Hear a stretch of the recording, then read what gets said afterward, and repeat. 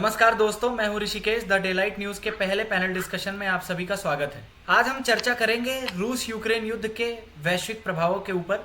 इस चर्चा में हमारा साथ देने के लिए आदर्श मालवीय जी उपस्थित हैं, जो कि आईआर स्कॉलर हैं। आदर्श जी, आपका स्वागत करता हूं। इसके साथ ही हमारे साथ मौजूद हैं हमारे द डेलाइट न्यूज़ के साथी जर्नलिस्ट पवन जी और प्रवेश जी। रूस यूक्रेन युद्ध आज अपने 46वें दिन में है। बीते दिनों में हमने देखा होगा कि रूस पर कई सारे सैंक्शंस लग चुके हैं, जिससे कि रूस की अर्थव्यवस्था चरमरा गई है। खाली रूस ही नहीं, पूरे विश्व पर इस युद्ध का भयंकर प्रभाव पड़ रहा है। आज हम इसी के ऊपर अपने इस पैनल डिस्कशन में चर्चा करेंगे। सबसे पहले चलते हैं आदर्श जी के पास।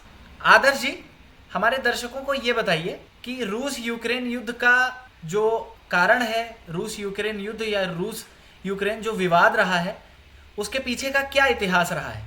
देखिए कि जहां तक ऐसा है कि ये जो यूक्रेन का पूरा हिस्सा है, ये पहले सोवियत संघ यानी कि जो रूस का बड़ा हिस्सा था, वो सब एक देश के अंदर ही रहते थे।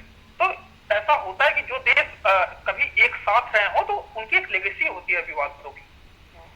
विवाद होने के पीछे कुछ ऐतिहासिक कारण होते हैं। तो वैसा ही रूस और यूक्रेन के साथ भी है, क्योंकि यूक्रेन जब यूएसएसआर के अंदर भी था तो ये भी एक स्वायत्त क्षेत्र था। स्वायत्त क्षेत्र का मतलब है कि जो जितने हिस्से अलग हुए यूएसएसआर से, वो सभी अपने आप में स्वायत्त थे, यानी कि उनके अपने जो है नेता होते थे। तो रूस ने क्या किया कि जैसे अपने आप तुष्टीकरण होता है, वैसे यूएसएसआर में जो बड़े नेता थे, उन्होंने सारे क्षेत्रों का जो ऐसे स्वायत्त क्षेत्र थे उनका तुष्टीकरण करना शुरू किया। यूक्रेन के साथ एक्चुअली में ऐसा हुआ। जितने रूस में ऐसे नेता आते गए, उन्होंने अपनी सत्ता चलाने के लिए यूक्रेन को कुछ ना कुछ खिलाकर से गिफ्ट करते गए। अभी हम तो यूक्रेन इतना डिजर्व नहीं करता था, या फिर वो इतना चाहते भी नहीं थे। लास्ट में ऐसे 1954 में ये जो आपका क्राइमिया का एरिया था, निकिता खुश्चेव के समय में ये इलाका ऐसे उसमें ऐड हुआ यूक्रेन में। तो एक विवाद की जड़ ये है कि बहुत बड़ी टेरिटरी उनके अंतर्गत आ जाती है। दूसरी बात यह है कि जो ऐसे रूस से लगती यूक्रेन की पूरी बाउंड्री है, वहां पे रूसी मूल के लोग बहुत रहते हैं। और फिर कोई भी देश हो, वो अपने बाउंड्री पे कम से कम अपने एथनिसिटी के लोगों पर जुल्म तो नहीं होने देगा, उनके साथ अन्याय तो नहीं होने देगा। हालांकि रूस ने जो किया उसको रोकने के कई तरीके हो सकते थे। और इस विवाद की एक जड़ और है, जब यूएसएसआर कोलैप्स होता है तो ये एक वर्बल ऐसा समझौता होता है कि जो नाटो है वो ईस्ट की तरफ ऐसे एक्सपैंड नहीं करेगा। तो ये अभी जब मिन्स्क एग्रीमेंट हुआ, बेलारूस की राजधानी है मिन्स्क, 2015 में, उसमें ये बोला गया कि जितने ऐसे यूक्रेन के अंदर एथनिसिटीज हैं, जो माइनॉरिटीज हैं रशियन, उनके साथ कोई अन्याय नहीं होगा। लेकिन मैं आपके ऐसे दर्शकों से बोलूंगा कि जाके गूगल पे सर्च करें, वहां की एक ऐसे मिलिशिया सेना है, अजो बटालियन, सीएफ अजो है उसके नाम पे। तो उनको ऐसे वो बड़ा फैंटिसाइज करके मारते हैं लोगों को। पुतिन ने देखा कि भैया ये हो क्या रहा है। हमने मिन्स्क में समझौता किया कि जो ऐसे माइनॉरिटीज हैं, आप उनको थोड़ी थोड़ी स्वायत्तता दोगे, जैसे हमने आपको दे रखी थी यूएसएसआर के अंदर। आदर्श जी, जैसा आपने बताया कि नाटो एक तरीके से विस्तार कर रहा है, पश्चिम से पूर्व की तरफ नाटो अपना विस्तार कर रहा है, लेकिन जैसे बेलारूस की बात करें तो बेलारूस तो यहाँ पर रूस के साथ खड़ा हुआ है। और आपने एक और बात कही, कुछ ज़्यादा ही रूसी लोगों को मारा जा रहा है, रूसी लोगों को प्रताड़ित किया जा रहा है, जो यूक्रेन में जो वहाँ पे माइनॉरिटी में है। तो अभी क्योंकि उसी का वाइस वर्सा चीज़ें चल रही हैं, युद्ध के बाद हमने देखा है कि जो जिस तरीके से रूसी सेनाएं हैं यूक्रेन में घुसकर वहाँ के स्थानीय लोगों को भी जान माल का नुकसान झेलना पड़ रहा है। तो वो चीज़ें तो वाइस वर्सा हो रही हैं। तो ये चीज़ें, आपको नहीं लगता कि ये चीज़ें मतलब कुछ चीज़ें उधर से हुई, कुछ चीज़ें इधर से हुई, तो ये तो मतलब एक न्याय संगत नहीं हुआ ना? अंतरराष्ट्रीय संबंध में अगर इसकी चर्चा हो रही है तो उसमें न्याय की बात नहीं है, उसमें तो हितों की बात है ना, कि कौन कितना युद्ध करके या किसी भी तरीके से किसी भी प्रेशर बना के कितने अपने इंटरेस्ट को इंसान प्रिक्योर कर सकता है, उसे सेव कर सकता है। तो रूस वही कर रहा है, और रूस की जगह कोई भी देश होता तो वो वही करता। लेकिन इतने सारे सैंक्शंस लग चुके हैं रूस के ऊपर, रूबल की जो वैल्यू है वो एकदम घट के डॉलर के मुकाबले बहुत कम रह गई है। अमेरिकी कंपनियां ही नहीं, बहुत सारी यूके की, ब्रिटेन की कंपनियां या अन्य यूरोपीय देशों की कंपनियां हम देखें तो उन्होंने निवेश बंद कर दिया है रूस में। तो क्या रूस को लगता है कि इस विश्व युद्ध के बाद क्या उसके पास समुचित साधन होंगे जिस तरीके से वो अपनी अर्थव्यवस्था को पुनः उठा पाएगा? क्योंकि वो अपनी पूरी अर्थव्यवस्था को दांव पर लगाकर इस तरीके से युद्ध कैसे, अगर वो जीत भी लेगा तो कैसे उसे फिर से खड़ा करेगा? देखिए, अभी जो रूस के मिलिट्री ब्रीफिंग्स आती हैं उनमें जो वो बोल रहे हैं, जो वेस्ट का मीडिया बोल रहा है उसकी बात ही नहीं है। जो वो बोल रहे हैं उसके हिसाब से भी सिर्फ इतना ही है कि वो चाह रहे हैं कि ये जो डोनेस्क का एरिया था इस पे हमारा कब्जा हो जाए। और जहां तक सैंक्शंस की बात है तो वो उस पे 2014 से लगे हुए हैं और उनको छोड़िए चाइनीज के ऊपर लगे हुए हैं। तो अब जो वेस्ट के सैंक्शन है उनको उनके साथ रहना सीख लिया है उन लोगों ने, या फिर उनको उनके साथ रहना सीखना पड़ेगा, क्योंकि अगर आप वेस्ट को कंटेनमेंट करते हैं तो वो आपके ऊपर सैंक्शन लगाएगा। आदर्श जी, रूस की इस चरमराती अर्थव्यवस्था का जो असर है वो तो हमारे ऊपर भी पड़ने वाला है। हम कहाँ इससे बचे रह पाएंगे? नहीं तो क्या हम रूस के अंदर आते हैं? नहीं, रूस के अंडर नहीं आते हैं, लेकिन जिस तरीके से ग्लोबल व्यापार है, मैं पवन जी के पास चलूंगा। पवन जी, आपसे जानने की कोशिश करूंगा कि जिस तरीके से पूरी जो ग्लोबल इकोनॉमी है वो इंटरकनेक्टेड है, तो रशिया के ऊपर ये जो सैंक्शंस लगे हैं रूस को दबाने के लिए, रूस पे प्रेशर डालने के लिए कि वह युद्ध को रोके, युद्ध विराम की घोषणा करे, तो क्या आपको लगता है कि इसका असर हम पर भी बहुत ज्यादा स्तर पर देखने को मिलेगा? आपने कहा कि रूस पे लगे हुए सैंक्शंस से क्या भारत पे कुछ असर पड़ रहा है। तो देखिए, रूस पे अभी हाल के जो यूक्रेन से युद्ध छिड़ा हुआ है जिसके 46 दिन बीत चुके हैं, इसमें रूस के ऊपर आज तक के सबसे ज्यादा कठोर सैंक्शंस लगे हैं, जिसको हम स्विफ्ट सैंक्शंस बोलते हैं। और रशिया के यानी कि रूस के कई सारे जो बैंक्स हैं, जो नेशनल बैंक्स हैं, उनसे डॉलर की ट्रांजैक्शंस को एकदम से बंद कर दिया गया है। और इसी का एक असर है कि हम देख रहे हैं कि अभी हाल ही में रूस के विदेश मंत्री भारत आते हैं और रूपी रूबल ट्रेड की बात करते हैं। तो देखिए, सैंक्शन से रूस के ऊपर असर तो पड़ा है, लेकिन इससे रूस की अर्थव्यवस्था एकदम से चरमरा जाएगी ऐसा कुछ भी नहीं है, क्योंकि रूस ने अभी एक लिस्ट जारी की थी जहां पे उसने ये भी बताया कि हमारे मित्र देश के साथ हमारे संबंध हमेशा के लिए अच्छे रहने वाले हैं और मित्र देशों के साथ हम अपने व्यापार को भी आगे बढ़ाएंगे। तो रूपी रूबल ट्रेड के बारे में आज अभी भारत विचार कर रहा है। और अभी जैसे कि हम जानते हैं कि भारत एक ऐसी अर्थव्यवस्था है जिसकी जो सैन्य जरूरतें हैं वो 80% रूसी ओरिजिन की हैं। हमारे जो आर्मी में, हमारे मिलिट्री में, हमारे एयरफोर्स, हमारे नेवी में जो स्पेयर पार्ट्स होते हैं सैन्य हथियारों के, उसमें से 80% स्पेयर पार्ट्स रूस से ही आते हैं।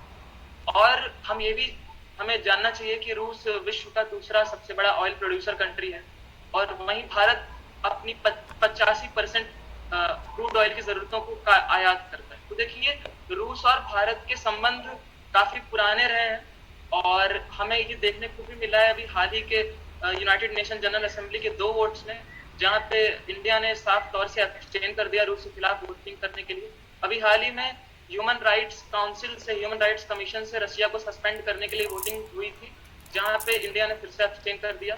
और देखिए, सबसे बड़ा एग्जांपल तो आप अपने पड़ोसी से ही ले सकते हैं। अभी पाकिस्तान में पॉलिटिकल क्राइसिस मचा हुआ है एकदम। पाकिस्तान में इमरान खान को तो प्रधानमंत्री भी नहीं रहे वो, और no confidence motion, no trust motion से हार गए।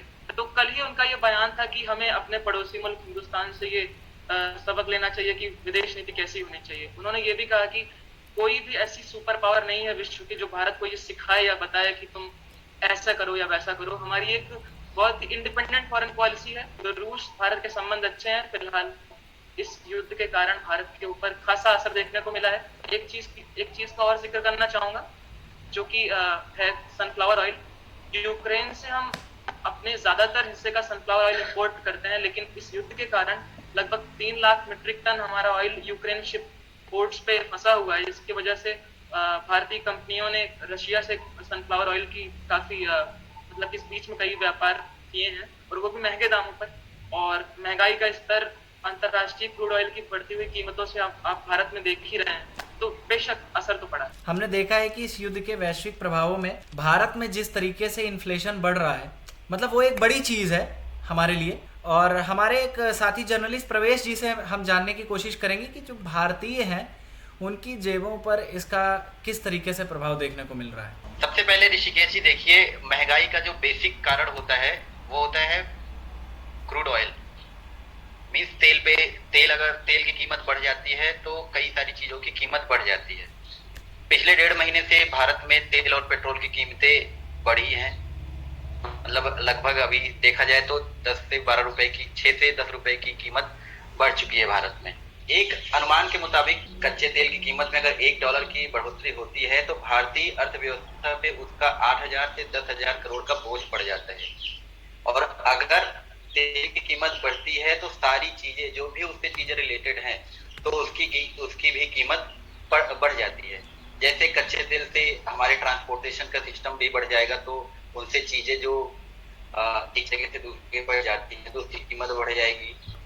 जो हम सारी चीजें खरीदते हैं टैक्स की कीमत बढ़ जाएगी। तो देखा जाए इसका सीधा असर हमारी जेब पे सीधा पड़ेगा। क्रूड ऑयल में देखा जाए तो एक हमारा आता है नेचुरल गैस आता है, जो पहले कुएं से गैस निकाली जाती है, फिर उसे तरल किया जाता है और फिर समुद्री रास्ते से ये गैस भारत पहुंचती है। इस वजह से इसे लिक्विफाइड नेचुरल गैस यानी LNG कहा जाता है। इसका इस्तेमाल कारखानों, घरों और CNG वाहनों और रसोई घरों में होता है। दूसरा, जो हम यूक्रेन से आयात करते हैं सूर्यमुखी का तेल और फर्टिलाइजर, दोनों के कीमत में भी बढ़ोतरी हुई है। तो ये सारी चीजें देखा जाए तो एक तरीके से आम आदमी के जेब पे सीधा असर कर रही है। ऐसी संभावनाएं जताई जा रही हैं कि रूस जो है आने वाले समय में और हिंसक हमले कर सकता है, और ऐसा भी रूस ने पहले ही जाहिर किया हुआ है कि अगर तृतीय विश्व युद्ध होता है तो न्यूक्लियर हथियारों का प्रयोग किया जाएगा। तो आदर्श जी, मैं आपसे जानना चाहूंगा कि ये जो संभावनाएं बताई जा रही हैं तृतीय विश्व युद्ध की या रूस के और हिंसक होने की, इनमें आपको कितनी गहराई दिखती है? 1.5 महीने से ज्यादा इस युद्ध को हो चुके हैं। अभी जब कोई बात करे तृतीय विश्व युद्ध की कि थर्ड वर्ल्ड वॉर हो जाएगा या फिर रूस जो है आके न्यूक्लियर जो उसके आर्सेनल है उसका उपयोग कर देगा, तो ये बातें एक तरीके से हवाई लगती है, उससे ज्यादा कुछ है नहीं। और अमेरिका हुए, ब्रिटेन हुए, ये सब अपने फायदे में काम कर रहा है। फायदे का काम करने का ये मतलब है कि एक तरफ तो इन्होंने अपने जो इनकी डिपेंडेंस है ऑयल की या फिर गैस की, खासकर यूरोप में, वो लगातार लिए जा रहे हैं। तो दूसरी बात, ये चीजें यूज कर देगा, वो चीजें यूज कर देगा। हालांकि जो रूस कर रहा है वो एक वार क्राइम है, पूरी तरीके से गलत है। लेकिन जहां तक थर्ड वर्ल्ड वॉर की बात है, ये बहुत दूर की बात है। अगर ऐसा कुछ रूस करता है तो फिर वो सोचेगा कि जो नाटो की और कंट्रीज हैं तो उसका वो न्यूक्लियर आर्सेनल का जो प्रभाव है वो उन कंट्रीज पे जाएगा। तो फिर नाटो तो एक ट्रीटी है, अगर किसी भी देश पे हमला होता है तो वो फिर सारी नाटो की कंट्रीज पे हमला माना जाएगा, उसका रिटेलिएशन होगा। रूस ऐसा कुछ नहीं करने वाला है और ये थोड़ा बढ़ा के की गई बातें हैं। जैसे कि अमेरिका में जो बाइडन कर रहे थे कि रूस ने ये किया तो हम वो कर देंगे, कुछ नहीं कर रहे हैं। जितना रूस का गैस और तेल दुनिया में बेचा जाता था उतनी वो चाह रहे हैं कि वहां पे सैंक्शन लग के और अमेरिका के ऑयल और गैस जो उनका सेल ऑयल है वो बिके। तो ये पूरी तरीके से कॉन्स्पिरेसी थ्योरी है, ऐसा कुछ नहीं होने जा रहा है। हाँ, रूस अपने हमले बढ़ा सकता है क्योंकि पुतिन को भी तो अपने देश में दिखाना है कि हम जीत रहे हैं और जेलेंस्की को भी दिखाना है कि हम जीत रहे हैं। तो ये पूरी तरीके से मिड वे पे ले जाके वार को रोके जाने की कोशिश है कि किसी भी तरीके से दोनों कंट्रीज अपने आप को दिखा सके कि भैया हम जीत गए हैं। अमेरिका तो दिखा नहीं सकता। अमेरिका के जो गैस के स्टेशन है, जैसे अपने यहाँ पे पेट्रोल के स्टेशन होते हैं, बहुत ज्यादा वहां पे दाम बढ़े हुए हैं। और अमेरिका ऐसा भी कोई देश नहीं है कि बहुत दुनिया से खरीद रहा है, वो अपनी जरूरत से ज्यादा अपने यहाँ उत्पादन कर रहे हैं, फिर भी उनके क्या पे इतनी महंगाई है। और ये रूस, ये जितने यूरोप के देश है, इनका तो बोलने का कोई नैतिक वो ही नहीं बनता है। आप किसी को सुरक्षा की गारंटी देते हैं फिर उसकी सुरक्षा नहीं करते हैं। विश्व के दूसरे हिस्सों की जहाँ तक बात करें, जैसे कि भारत, चीन है, तो अभी हमने देखा है कि जैसे इस युद्ध में चीन का रूस को बहुत हद तक साथ मिला हुआ है। तो क्या इस बातों में भी कुछ सच्चाई है कि आने वाले समय में हो सकता है रूस एक न्यूट्रल रुख अख्तियार करे जब कभी भारत और चीन में कुछ विवाद किसी स्तर पे अगर बढ़ते हैं? तो देखिए, रूस तो बिल्कुल न्यूट्रल रुख लेगा और ये हमारे लिए अच्छा होगा कि रूस न्यूट्रल रुख ले ले, क्योंकि जो वेस्ट कर रहा है वो जितना ऐसे रूस को पंच करता जाएगा वो उतना चीन के पास जाता जाएगा। अभी रूस को क्या है, रूस जो है सिंगल इकोनॉमी है, एक्सपोर्ट करता है, जैसे कि सऊदी अरेबिया है तो वैसे रूस व्हाइट सऊदी अरेबिया हो गया, सिर्फ सिंगल प्रोडक्ट बेचता है, वही ऑयल और गैस। और अगर उसको दुनिया में खरीदार नहीं मिलेंगे तो वो चीन को बेचेगा, और चीन क्या उतनी खपत भी है वो ले भी लेंगे। तो अगर रूस न्यूट्रल हो जाता है तो ये बड़ी अच्छी बात है। और हमारी तो सेना की बड़ी ज्यादा डिपेंडेंसी है उनके ऊपर, तो हमें तो उनकी जरूरत पड़ती रहेगी। और दूसरी बात नहीं है, रूस भी पूरी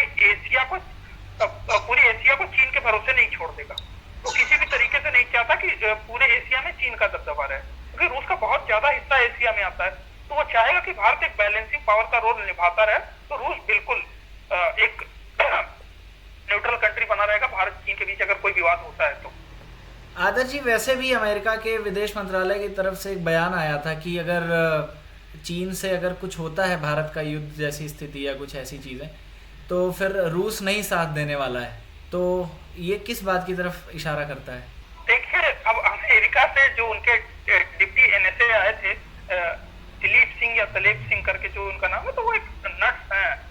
देखिए भैया, हमें किसी की जरूरत भी नहीं है अपने बॉर्डर पे, हमारे सैनिक बड़े अच्छे हैं और हमें थोड़ी सी तकनीक वगैरह चाहिए। अगर हमें दुनिया में किसी ने दी है तो फिर रशियंस ने दी है, आपने तो हमें कुछ दिया भी नहीं है। और अगर हमें आपकी जरूरत है तो आपको भी हमारी जरूरत है, क्योंकि फिर एशिया में कोई ऐसा देश नहीं है जो कंटेनमेंट कर सके चीन को। और देखिए हो क्या रहा है कि पूरे चीन से तो पूरी दुनिया का झगड़ा चल रहा है ना, उधर तो जाके वो लिथुआनिया में उनसे विवाद कर रहा है, कितना 350 मिलियन का क्या विवाद है वो। लेकिन सिर्फ भारत की सेना है ना जो उनके सामने खड़ी हुई है, हमने मिरर डिप्लॉयमेंट कर रखा है कि ठीक है, तुम्हारे एक सैनिक तो हमारे एक सैनिक, तो हमें बड़ी जरूरत नहीं है। और ये तो हमें ना सिखाए ना। अभी देखिए आपने किया क्या, रूस दुनिया की दूसरी या तीसरी सबसे बड़ी ऑयल प्रोड्यूसिंग कंट्री है, उसको आपने सैंक्शन कर दिया। इसके पहले सबसे बड़ा जो ऑयल रिजर्व वाला देश है वेनेजुएला, आपने उसे प्रतिबंध करके रखा है, आपने ईरान को करके रखा है। तो आप हमारे इंटरेस्ट से कभी ना खेलें, हम खेलें। आप दुनिया की लार्जेस्ट ऑयल प्रोड्यूसिंग देश बनने जा रहे हैं, तो हम आपसे ले रहे हैं 7 to 8% तेल। जितना आप रूस से लेते थे उससे कम हम रूस से लेते थे, 8% 1.5% ऐसे इंडिया लेता है। तो कहीं तो हमें भी देखना पड़ेगा ना कि ये हमारे नेशनल इंटरेस्ट है और यहाँ स्टॉप। वेनेजुएला से लेना नहीं है, ईरान से लेना नहीं है। नहीं तो ये जो गुट निरपेक्ष भारत की, ये जो गुट निरपेक्षता है भारत की, अमेरिका का भी इस युद्ध में, मैं थोड़ा अपने साथी जर्नलिस्ट पवन जी के पास जाना चाहूँगा। अमेरिका का जो रोल देखा जाए इस पूरे प्रकरण में, तो अमेरिका का कोई डायरेक्ट रोल देखने को नहीं मिल रहा है। कहा जाता है कि 1991 में सोवियत रूस के विघटन के बाद कोल्ड वॉर खत्म हो गया, लेकिन असल में तो बात यह है कि कोल्ड वॉर कभी खत्म ही नहीं हुआ था और ना ही नाम कभी खत्म हुआ था। कोल्ड वॉर सीरिया में भी था, कोल्ड वॉर यूक्रेन में भी चल रहा है, कोल्ड वॉर यूरोप में भी चल रहा है, कोल्ड वॉर विश्व के हर प्रांत में चल रहा है। देखिए, ये जो रशिया यूक्रेन का युद्ध हो रहा है, अगर हम सीधे तौर पे देखें तो इसमें डायरेक्ट रोल अमेरिका का ही है। अमेरिका के कारण ही ये युद्ध हुआ। अब कैसे? NATO Russian talks, peace talks जो जेनेवा में हुई थी, शायद वो 12 जनवरी को हुई थी, उसमें रूस के प्रेसिडेंट व्लादिमीर पुतिन की केवल एक ही शर्त थी कि अमेरिका या नाटो सिक्योरिटी गारंटी ये लिखित में दे दे कि यूक्रेन कभी भी नाटो का सदस्य नहीं बनेगा। लेकिन जो बाइडेन अमेरिका के जो राष्ट्रपति हैं वो कहते हैं कि इसकी पूरी संभावनाएं हैं कि यूक्रेन भविष्य में नाटो का सदस्य बन सकता है। अब देखिए, जहां तक अब राष्ट्रीय हित और राष्ट्रीय हित की बात आ गई, राष्ट्रीय सुरक्षा की बात आ गई, तो कौन देश चाहेगा कि उसकी सीमाओं पर दूसरे देश के हथियार और सैन्य हथियार डिप्लॉय हो जाए? कोई नहीं चाहेगा। तो नाटो की सिक्योरिटी गारंटी को ना देना ही यूक्रेन के इन्वेजन का एक बड़ा कारण था। अब रोल की आप बात करेंगे तो अमेरिका ने नाटो की ये संभावना जाहिर करके ये युद्ध तो शुरू हो गया, लेकिन फिर भी अमेरिका ने हस्तक्षेप नहीं किया। लेकिन चुनौती तो मिल रही है अमेरिकी नेतृत्व को। जिस तरीके से आप नाटो और जिस तरीके से आप रूस और यूक्रेन युद्ध की बात करें, तो यहाँ पर भी अमेरिकी नेतृत्व को एक चुनौती मिली। और आप अगर चीन और ताइवान के विवाद की बात करें तो वहाँ भी अमेरिकी नेतृत्व को एक चुनौती मिली। तो विश्व भर में अमेरिकी नेतृत्व को चुनौती मिलना, ये किस बात की तरफ ये इशारा करता है? देखिए चुनौती कह सकते हैं मिली, लेकिन ये भी कह सकते हैं कि चुनौती नहीं मिली। आप क्या लगता है कि अमेरिका को चुनौती मिली, अमेरिका डर गया इसलिए वो इन्वॉल्वमेंट नहीं दिखा रहा हुआ? ऐसा नहीं है, इसका दूसरा पहलू भी हो सकता है। अमेरिका का इन्वॉल्वमेंट ना होना शायद यूरोप की एक मजबूरी हो कि अमेरिका के आने से हो सकता है वॉर एस्केलेट हो जाए और पूरे यूरोप में इसका असर देखने को मिले। दूसरा ये हो सकता है कि अमेरिका इन्वॉल्वमेंट ना दिखाते हुए भी अपने सैन्य उपकरण को भेज तो रहा है, तो उसकी तो आर्म्स सप्लाई की उसके अच्छे खासे उसको पैसे मिल रहे हैं अपने आर्म्स सप्लाई करने से। ह्यूमन राइट्स की बात करना और विश्व की सबसे ओल्डेस्ट डेमोक्रेसी की बात करना, लेकिन खुद अमेरिका ने ही सबसे बड़े ह्यूमन राइट वायलेशंस किए हैं।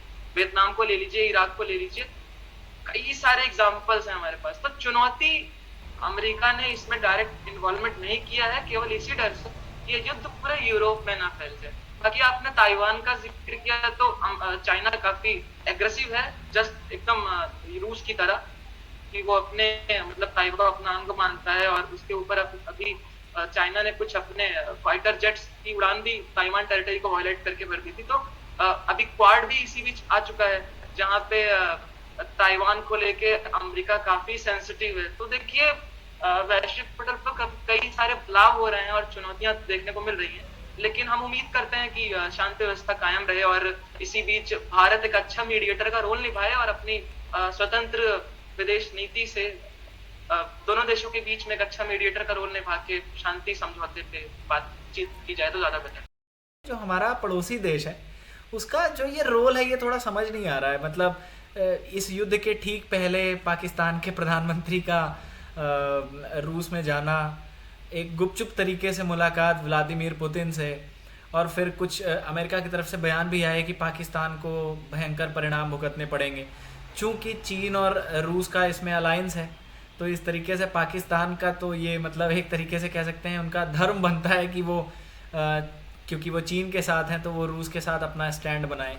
तो पाकिस्तान का इसमें बहुत मतलब ऊट-पटांग सा रोल है और आने वाले समय में अगर भारत पाकिस्तान का जो ये विवाद है, भारत पाकिस्तान का जो मुद्दा है, अगर ये थोड़ी सरगर्मी पकड़ता है तो क्या भारत को इसके कुछ नुकसान होने वाले हैं? अभी जैसे 24 फरवरी को रशिया ने अपना स्पेशल ऑपरेशन लॉन्च किया और युद्ध की शुरुआत हुई, ये काफी अजीब वाकया था कि युद्ध के दौरान एक देश के प्रधानमंत्री उसी देश में उसके राष्ट्रपति से मिलने जाते हैं, जो कि हमारे इमरान खान साहब जाते हैं पुतिन जी से मिलने। एक्चुअली कारण ये था कि वो वहां पे लोन पास कराने के लिए जाते हैं, मतलब रशिया से थोड़ा लोन की हेल्प मांगने के लिए, क्योंकि आप देख रहे वो तो पूरे विश्व भर में लोन के लिए घूम रहे हैं। और जहां तक आपने भारत और पाकिस्तान के संबंधों की बात की, तो अभी तो सीज फायर है, अभी तो सीज फायर हमारे बॉर्डर पे कायम है और अभी थोड़ा सा रिलेशन स्टेबल है। कश्मीर घाटी में थोड़ा प्रॉक्सी वॉर हमेशा चलते रहते हैं, लेकिन भारत अब एक मजबूत स्थिति में है और हम अभी अपने स्वर्गीय जनरल बिपिन रावत को याद करेंगे तो उन्होंने ही कहा था कि अब भारत को 2 फ्रंट वॉर लड़ना पड़ेगा जब भी होगा, और हमारे अब 2 फ्रंट एनिमीज हैं और चाइना और पाकिस्तान दोनों को ध्यान में रखते हुए हमारी अब नेबरहुड फॉरेन पॉलिसी होनी चाहिए। हमारे यहाँ उर्दू में एक शेर है कि न मोहब्बत मिली न विसाले सनम, न इधर के रहे न उधर के हम। वही हुआ इमरान खान के साथ, ना तो उन्हें रूस की दोस्ती मिली ना तो अमेरिका का साथ मिला, और अब वो तो खुद प्रधानमंत्री भी नहीं रहे। अब तो उनकी खुद की लंका लग चुकी है। हाँ, उनकी कुर्सी खुद की चली गई है। हालांकि वो चीन के कहने पे गए थे, वहां हुआ कुछ नहीं फर्क। और जहां तक रूस के भारत पाकिस्तान के बीच विवाद की बात है, तो देखिए भारत पाकिस्तान के बीच विवाद अगर बढ़ता है तो क्या होगा वो सबको पता है, लेकिन विवाद घट जाए तो बड़ी अच्छी बात है। और ऐसे कुछ संकेत मिल रहा है, क्योंकि ये तभी हो सकता है जब आर्मी कुछ करे, और बहुत ज्यादा और बड़ी अच्छी तरीके से बैक चैनल टॉक्स चल रही है भारत की जो शीर्ष रक्षा नेतृत्व है और पाकिस्तान की आर्मी के बीच में, और उसी का कुछ नतीजा दिख भी रहा है LOC पे। और 1 साल से ज्यादा का टाइम हो गया है सीज फायर का, और बड़ा और जो वहाँ की ISI है उसने भी वहाँ की जितनी आतंकवादी तंजीमें हैं उनका समर्थन करना कुछ कम कर दिया है कुछ हद तक। और फिर उनके यहाँ इंटरनल TTP का बड़े हमले बढ़ रहे हैं। एक बहुत ही हेल्दी डिस्कशन रहा हमारा ये का। आप सभी का मैं धन्यवाद दूंगा, आपने अपना अपना समय दिया। और जल्द ही हम ऐसे ही कुछ और पैनल डिस्कशन के साथ आप सभी के बीच आएंगे। आप सभी से अनुरोध है कि अपने अपने सवाल ज़रूर छोड़ें, या आपको लगता है कि कुछ ऐसे मुद्दे जो चर्चा करने को लेकर रह गए हैं उन्हें कमेंट सेक्शन में ज़रूर बताएं। बहुत बहुत धन्यवाद।